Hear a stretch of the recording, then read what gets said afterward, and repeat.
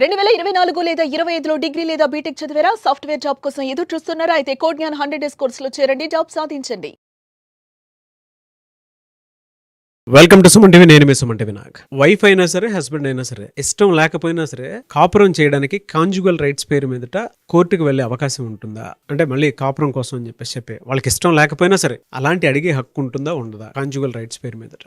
దీనికి సంబంధించి మనతో మాట్లాడడానికి హైకోర్టు అడ్వకేట్ అలాగే రవీంద్రనాథ్ గారు ఉన్నారు. అది వారి మాట్లాడి తెలుసుకుందాం. Hello sir. హాయ్ అండి నాగరాజ్ గారు. సార్, వైఫ్కి అయినా సరే, హస్బెండ్కి అయినా సరే, అంటే కొన్ని కాపురాలు వాళ్ళకి ఇష్టం లేకుండానే ఉంటాయి. అంటే హస్బెండ్ అంటే పడదు, కొంతమందికి ఏమో వైఫ్ అంటే పడదు అనమాట. అది ఏ రకంగా సరే, వాళ్ళ పర్సనల్ కూడా ఎన్ని రకాల కారణాలనే ఉండొచ్చు. కాంజుగల్ రైట్స్ పేరు మీద అసలు నువ్వు చేయాల్సిందే నా దగ్గర కాపురం అనుకునేటువంటి హక్కు ఉంటుందా?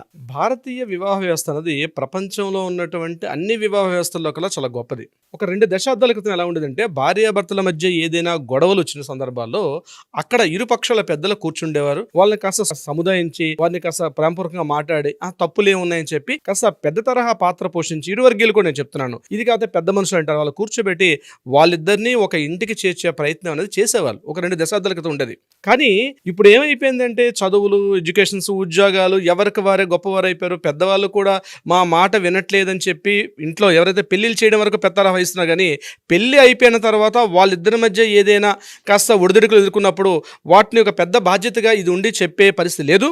ఒకవేళ చెప్పినా వినే పరిస్థితి ఆ జనరేషన్కి అంతకన్నా లేదు. ఇటువంటి పరిస్థితుల్లో భార్యాభర్తలు ఏంటంటే చిన్న చిన్న విషయాలకి కారణాలు చూపించుకుంటూ అనేక రకాల కారణాలకి కోర్టు కేసులకి, గొడవలని, విడాకులని, ఈ రకమైనటువంటి గొడవలు పడుతున్న సందర్భాల్లో కోర్టు ఏంటంటే ఒక పెద్దన్న పాత్ర పోషించే పని అయితే చేస్తుంది. ఇక్కడ భార్య భర్తకు కానీ, భర్త భార్యకి కానీ ఏదైనా చిన్న పొరపచ్చాలు వచ్చి కాస్త ఒకరని చెప్పకుండా ఒకరు ఇల్లు విడిచిపెట్టేసి వెళ్ళిపోయినప్పుడు మరలా ఆ వ్యక్తిని, ఆమె కావచ్చు అతడు కావచ్చు, మరలా తన కాపురానికి రమ్మనమని కోర్టు త్రూగా మనం పిలుచుకునే హక్కు ప్రతి ఒక్క మ్యారేజ్ చేసుకున్న వ్యక్తులకు కూడా ఉంటుంది. ఇక్కడ కోర్టు అంటే ఏదో పెద్ద కేసులు, పెద్ద హడావుడి ఏం ఉండదండి. వాళ్ళిద్దరినీ పిలిచి మీరు కలిసి మరలా మీ వైవాహిక జీవితాన్ని కొనసాగించండి అని ఒక పెద్దన్న పాత్ర కోర్టు పోషిస్తుంది. దీన్ని హిందూ మ్యారేజ్ యాక్ట్ 1955 సెక్షన్ 9 ప్రకారం కోర్టు RCR పిటిషన్ అంటారు. అంటే restitution of the conjugal rights అని ఒక పిటిషన్ మనం కోర్టులో వేసుకోవచ్చు. ఉదాహరణకి, భార్య చెప్ప పెట్టకుండా భర్త ఇంటి నుంచి వెళ్ళిపోయిన తర్వాత నా భార్య మరలా పుట్టింటికి రావాలి అని భర్త కోర్టు ముఖతహా ఒక పిటిషన్ పెట్టి,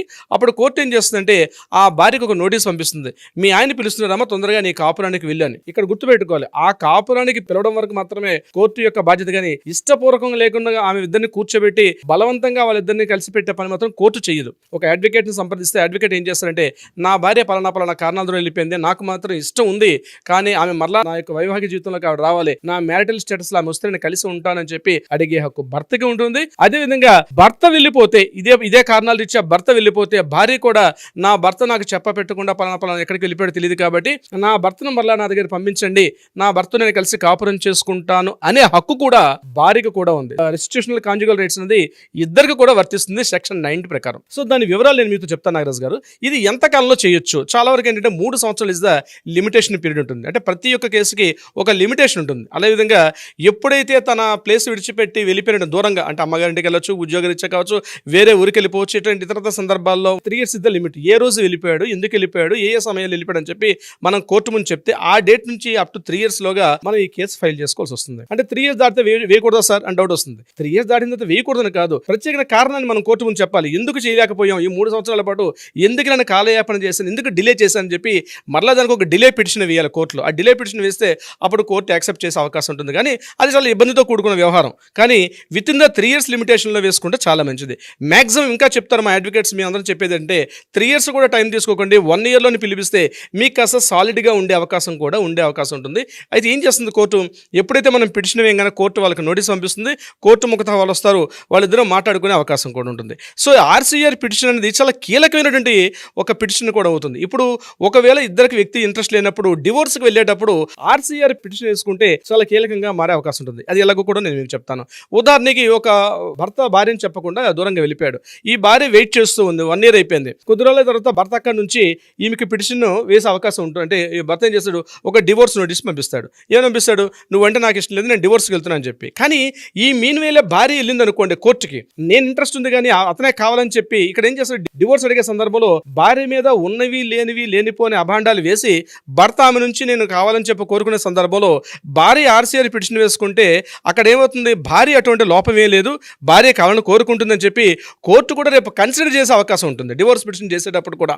అంటే మ్యూచువల్ కన్సల్ట్ కాకుండా ఈమెకి ఇంట్రెస్ట్ ఉంది, వీడే కావాలని లేనిపోని అభాండాలు మోపుతున్నాడు మీద, అభియోగాలు మోపుతున్నాడు అని చెప్పి కూడా భర్తకి నెగిటివ్గా ఈ ఆర్సీఆర్ పిటిషన్ భార్య వేసుకుంటే ఆమెకు అనుకూలంగా వచ్చే అవకాశం ఉంటుంది. దీనివల్ల ఉపయోగం ఏమిటంటే అక్కడ అతను కావాలని కోరుకుంటున్నాడు, అతను కాస్త ఇంకొక అమ్మాయి అఫేర్ కావచ్చు, లేకపోతే ఈ అమ్మాయిని కంప్లీట్గా వద్దనుకున్న రకరకాల కారణాలు ఇచ్చా వద్దనుకునే సందర్భంలో ఈ అమ్మాయి మాత్రం కోరుకుంటుంది, నేను మాత్రం డివోర్స్ కోరుకోవట్లేదని చెప్పి గట్టిగా ఒక వాయిస్ పెట్టే అవకాశం కూడా ఉంటుంది ఆర్సీఆర్ పిటిషన్ వల్ల. సో ఇది చాలా క్రూషియల్ పిటిషన్. అదేవిధంగా మెయింటెనెన్స్లో కానీ, గృహహింస అంటే డీవీసీ అంటే డొమెస్టిక్ వైలెన్స్ గృహహింసలో కానీ ఇతరత్ర ఏ కారణాలు ఇచ్చా కూడా ఈ ఆర్సీఆర్ పిటిషన్ కీలకంగా ఉన్న అవకాశం ఉంటుంది, కీలకంగా ఉండే అవకాశం ఉంటుంది. So RCR petition is very very valuable. అయితే ఇది ఓన్లీ భార్యాభర్తలకు సంబంధించిందంటే ఓన్లీ భార్యాభర్తలకు సంబంధించింది. దీనిలో ఎక్కడ కూడా కోర్టు ఇంత అమౌంట్ ఇవ్వమని చెప్పో లేకపోతే ఇతరత్ర కారణాలు ఎక్కడ కూడా కోర్టు సజెస్ట్ చేయదు. ఇద్దరు కలిసి ఉండే ప్రయత్నంలో కోర్టు ముఖతః చెప్పే అవకాశం ఉంటుంది. అయితే ఒకవేళ కావట్లేదు ఇద్దరు కాని పక్షంలో ఇక లాస్ట్ ఆప్షన్ చివరి ఆప్షన్ అంటే డివోర్స్ అప్లై చేసుకుంటాము, మీ ఇద్దరికి డివోర్స్ ఇస్తామని చెప్పి కోర్టు ముఖతః చెప్పే అవకాశం ఉంటుంది. ఇది ఓన్లీ ఒక పెద్దన్న పాత్ర పోషించడం కోసం ఆర్సీఆర్ పిటిషన్ అనేది మన కోర్టులో ఒకరికొకరు ఎడబాటుగా ఉండే టైంలో వాళ్ళిద్దరిని కలపడం కోసం ప్రయత్నం చేసే ఈ పిటిషన్ చాలా వాల్యుబుల్. ఇది ఆర్సీఆర్ అంటారు, రెస్టిట్యూషనల్ కాంజుగల్ రైట్స్ అని.